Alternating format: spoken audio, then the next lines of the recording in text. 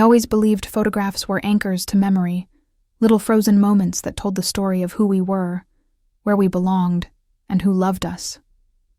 As a child, I loved staring at the photo albums my mother kept in the tall oak cabinet in our living room, their leather covers embossed with golden lettering, the smell of glue and glossy paper drifting up whenever a page turned. Back then, those albums felt like proof that my life mattered, that I was part of something larger than myself. But it wasn't until I grew older, until one rainy, suffocating afternoon when I found myself alone in my parents' house with nothing but the sound of dripping water against the windows, that I learned photographs could also lie. It began innocently, almost sweetly, as I sat on the carpet of my childhood home, while my parents busied themselves in the kitchen, preparing tea and pastries for my visit. I reached into the cabinet for the thickest album, one I hadn't looked at in years. The leather cracked beneath my fingers as I pulled it free, and with a nostalgic sigh, I opened to the first page. There they were, my parents, my brother, my sister. Christmas morning when I was 6, paper torn across the living room floor, lights twinkling behind it. Everyone is smiling, caught in that timeless glow of the holidays. Everyone except me. At first I chuckled to myself, thinking perhaps I had been the one behind the camera that day. But as I flipped to the next page, then the next, my stomach tightened. Every single photograph, holidays, birthdays, summer vacations, told the same story. I was absent. My brother's 10th birthday party, the one where I vividly remembered helping my grandmother carry out the cake. I remembered the candles, the song, the way the icing smeared across my dress when he playfully shoved the knife into my hand and told me to cut the first slice. But in the glossy photo before me, my brother was front and center, knife in hand, my parents flanking him proudly, my sister clapping by his side. Me, nowhere.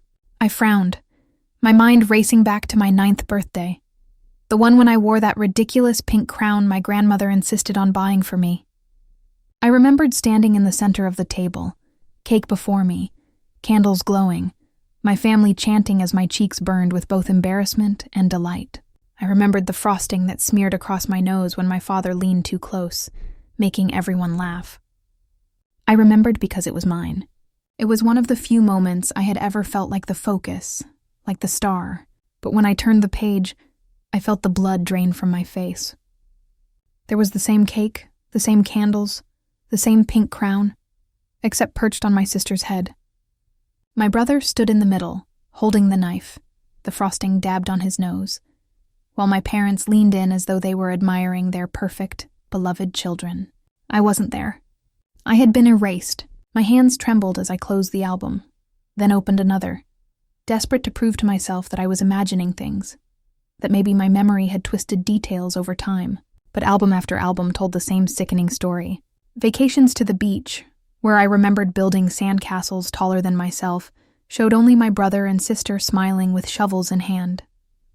Family hikes where I had twisted my ankle climbing the rocks, yet insisted on reaching the top, showed my siblings triumphantly raising their arms beside my father, with no trace of me in sight. Even the school concerts, the ones where I remembered standing in the back row in an itchy costume, singing nervously while my mother waved from the crowd, now depicted my siblings surrounded by classmates, my space in the row conveniently filled by another child.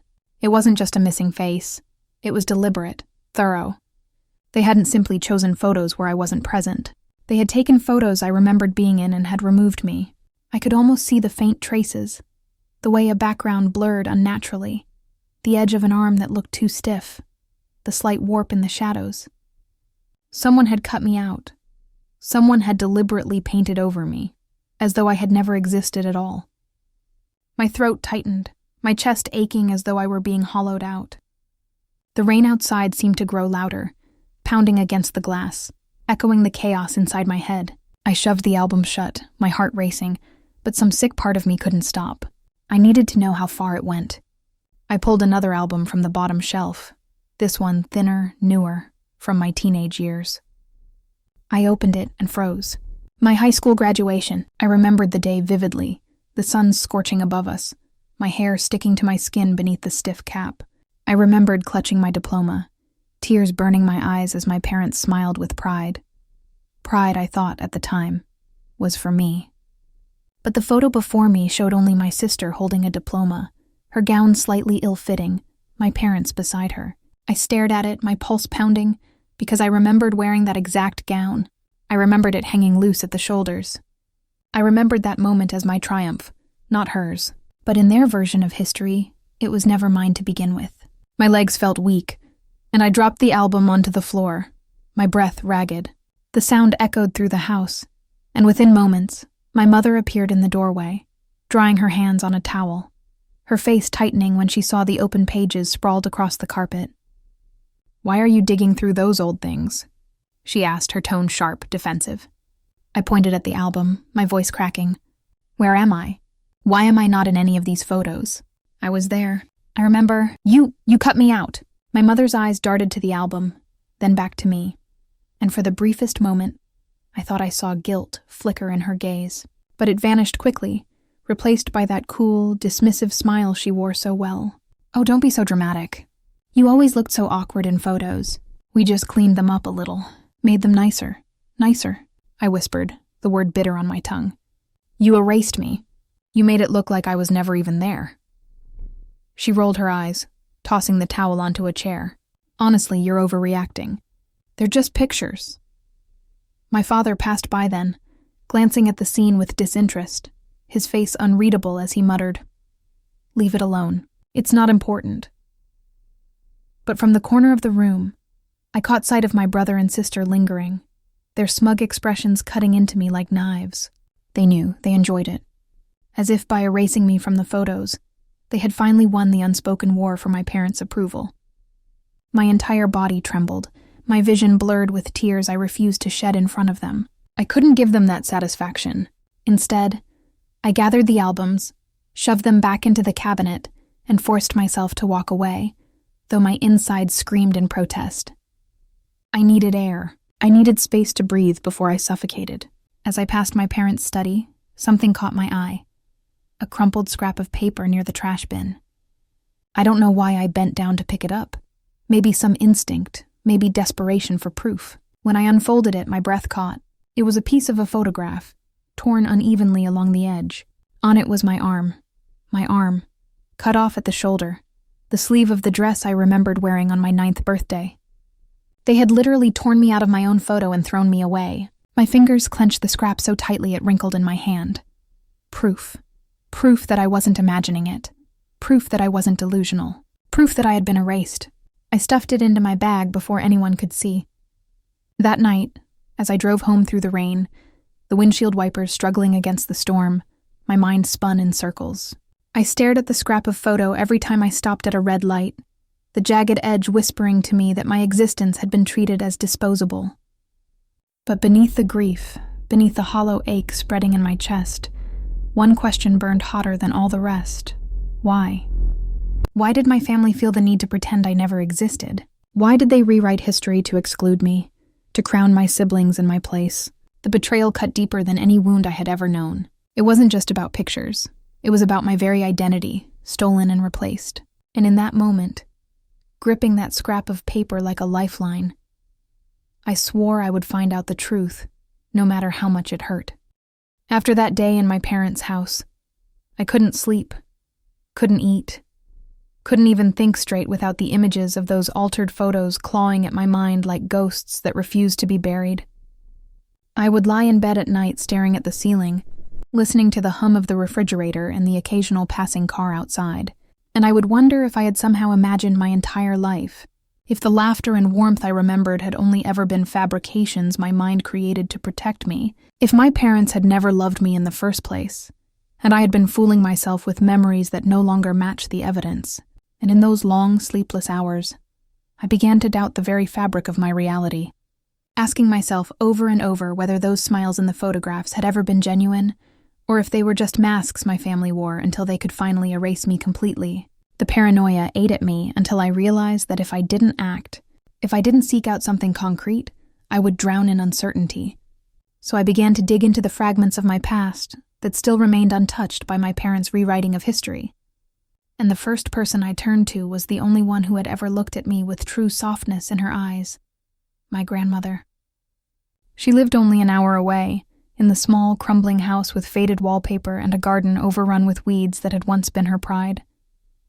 Though her memory had grown fragile with age, her heart was still stronger and kinder than anyone else's in the family, so I drove out there on a gray Saturday morning, the weight of those albums pressing on my chest like a stone. When she opened the door, her wrinkled face lit up in recognition that nearly undid me with relief. We sat together in her kitchen, the smell of chamomile tea steeping in chipped cups between us, and after a long silence in which I tried to steady my trembling hands, I finally asked her the question that had haunted me since I discovered the truth. "Grandma, do you remember me? As a child? Do you remember those times we spent together? Because the photos don't show me anymore." Her brow furrowed, and she reached across the table to place her thin, cool hand over mine. "Of course I remember, sweetheart," she said gently, her voice quivering but certain. "You were always such a bright little girl, always asking questions, always laughing. Do you remember the trip to the lake? You caught the biggest fish anyone had seen that day." My throat tightened so hard it hurt, because yes, I remembered that day vividly. The sun glittering on the water, the way my arms ached from reeling the line, the pride in my chest as everyone gasped at the sheer size of the fish nearly bigger than I was. And yet, in the albums at my parents' house, that moment no longer existed, at least not with me in it. "I remember," I whispered hoarsely, "but there's no photo of me there. Not anymore." My grandmother blinked at me, confusion etching across her features, and then she slowly rose from her chair, her slippers shuffling across the linoleum floor as she disappeared into her bedroom. I waited, my heart pounding so loudly I could hear it in my ears, until she returned a few minutes later with a dusty cardboard box tucked under her arm. She set it down on the table, coughing at the cloud of dust it released, and began rummaging through its contents. Old letters, faded greeting cards, Polaroids bent at the corners, until finally she pulled out a photo encased in a cracked plastic sleeve. And when she handed it to me, my breath caught in my chest so violently I nearly sobbed. There I was, a little girl beaming with triumph, clutching a massive fish with both hands, my hair sticking to my forehead in damp strands, my cheeks flushed with joy, and right beside me stood my father, his hand on my shoulder, and my brother with his arms crossed, glaring in the background because he hadn't caught anything that day. It was exactly how I remembered it. Unaltered, untouched, real. My hands shook as I traced my own smiling face in the photograph, the proof of my existence, the undeniable evidence that I had been there. And suddenly, the truth crystallized in my mind with brutal clarity. It had never been about clumsy poses or messy shots. It had never been about aesthetics or cleaning things up, as my mother claimed. It had always been about erasing me from the narrative, about transferring my accomplishments, my moments of triumph, my very identity, to my siblings so they could shine as the golden children, while I faded into nothingness. The photo burned in my hand like fire, both vindicating and damning. And I knew then that my family hadn't simply cut me out of pictures. They had stolen my childhood, stolen my proof of existence, stolen the very history that defined who I was. That night, when I returned home, I spread out everything I had gathered so far across my bed. The torn scraps I'd rescued from my parents' trash, the fish photo from my grandmother's box, the haunting memories in my mind, and I began to piece together the puzzle of my stolen life. One by one, I compared the originals with the altered versions I had seared into memory from the albums. The birthday where I wore the pink crown, but my sister now wore it in their photos. The graduation gown that had hung on my shoulders but somehow now wrapped around my sister in their version of events. The family trips where I had stood in the center, but was now replaced by my brother. Their faces glowing with pride in places where I once stood invisible. The more I pieced together, the deeper the betrayal cut, until it felt as though my very skin had been flayed and I was nothing but raw nerve endings, exposed and aching. And in the silence of my room, surrounded by evidence of my erasure, a dark determination began to take root inside me. They thought they could rewrite history. They thought they could cut me out, tear me from the narrative, and leave me wandering the world like a ghost of a daughter who never existed. But they underestimated me, because I was still here, I still remember. And now I had proof. I swore in that moment that I would not let them get away with it. If they wanted me gone, I would return louder than ever. If they wanted me invisible, I would make myself seen by everyone. I would dig, I would uncover, I would expose. And when the truth came to light, they would regret ever trying to erase me. The betrayal burned inside me like fuel, feeding a fire that I knew would only grow stronger. As I lay awake that night, staring at the photo of me and the fish pinned to my wall, I whispered to myself a vow that I intended to keep no matter the cost. If my family wanted me to vanish, I would come back louder, stronger, and with the truth in my hands, a truth they would never be able to erase again. Revenge, I realized, wasn't about violence, screaming matches, or tearing down walls with my fists. It wasn't about the kind of cinematic explosions I used to imagine when I was younger and angrier. It was about truth, about unearthing what had been buried, about holding up undeniable proof against the faces of those who thought they could rewrite reality and convince the world that I had never been there, never smiled, never succeeded, never mattered. And so I began to build my case piece by piece, night after night, scouring every corner of my past for fragments that remained untouched. My apartment floor covered with scattered photographs, clippings and yellowed envelopes that smelled of dust and time, as though my very existence had been buried in a coffin and I was slowly digging it up again. I visited my grandmother again and again, gently coaxing more photographs from the depths of her boxes, each one a jewel of evidence, each one a reminder that I had once stood proudly in the center of moments my family had stolen. I contacted old friends from school through social media, asking if they had kept any photos from our class trips, our concerts, our silly afternoons in the park. And to my amazement, many of them did. Grainy snapshots where I was clearly there, standing shoulder to shoulder with them, my hair tied in the same sloppy ponytail I used to wear, my smile nervous but real, my presence undeniable. Even the old photography studio at the edge of town still had archives from years ago, negatives that bore my face in stiff school portraits where my parents had later replaced me with my sister in the glossy frames that lined their walls. Each discovery was like a match dropped into the darkness of my despair, illuminating the truth with an intensity I could no longer ignore. And as the pile of proof grew higher, so did my resolve. They had erased me in their albums, but I would carve my image into something far greater, the memory of the world itself. I started small, careful not to overwhelm, testing the waters with a single post on social media. Side by side, I uploaded the doctored version of my 9th birthday photo, the one where my brother wore the crown that I remembered, and the original, rescued from my grandmother's collection, where I stood in the middle, cheeks flushed, crown tilted awkwardly, frosting on my nose, laughing so brightly you could almost hear the sound through the picture. My caption was simple, almost heartbreakingly so. This is what my family did to me. They tried to erase me. At first, nothing happened. Just a few sympathetic likes from friends who probably thought it was a silly family quarrel blown out of proportion. But then someone commented, "Wait, that's insane. Why would anyone do this?" And another wrote, "That's so cruel. I can't believe they actually cut you out." And slowly, like a spark catching on dry grass, the story spread. More people began sharing, not just my friends, but strangers. Strangers who knew nothing of me but who recognized the injustice immediately. Strangers who understood the pain of being silenced, overlooked, erased. Encouraged, I posted more comparisons. The graduation photo where my sister was dressed in the gown that had once sagged on my shoulders, contrasted with the original portrait from the studio that showed my nervous but proud smile. The fishing trip where my brother suddenly held the line that I had pulled in with my aching arms, beside the untouched version with my small hands clutching the rod as the fish hung heavy before me. Each post was like another stone hurled through the carefully constructed glass house of lies my family had built, and soon cracks began to form, spider-webbing across their facade of perfection. My siblings reacted quickly, posting online that I was bitter, unstable, obsessed with attention, but their words were drowned out by the images that spoke louder than anything they could claim. My parents sent me furious messages, warning me to take everything down, warning me about family reputation and airing dirty laundry, as though they hadn't already soiled every fiber of my existence, as though their reputation mattered more than the fact that they had stolen my life from me, but I refused to stop. The more they pushed, the more determined I became, and soon my story was everywhere. Blogs picked it up. People wrote long threads about the daughter erased from history.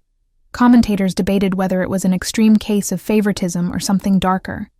and for the first time in my life, I was no longer invisible. I was seen, heard, recognized. The silence that had always suffocated me, the suffocating weight of being the forgotten one, was gone, replaced by voices echoing my own. Voices reminding me that I was not alone, that I was not crazy, that I mattered. One evening, after another long day of fielding both support and backlash, my phone rang, and when I answered, it was my mother's voice, trembling and broken in a way I had never heard before. "Why are you doing this to us?" she asked, her words wet with tears. But instead of softening me, they only ignited the fire deeper in my chest, because she still didn't get it. She thought this was about punishing them, about destroying them, when in reality it was about saving myself. "I'm not doing this to you," I said, my voice steady, stronger than I had ever heard it. "I'm doing this for me. You wanted to erase me. You wanted to pretend I didn't exist. But now the whole world knows I was here. I existed, and nothing you do can ever take that away." There was silence on the other end, broken only by her ragged breathing, and for the first time, I didn't feel the desperate need to fill it, didn't feel the urge to beg for her understanding or her love. I didn't need it anymore. That night, I pinned the final piece of proof to my wall, the original birthday photo, me in the center, pink crown crooked on my head, cake frosting smeared across my nose, laughter frozen forever on my lips.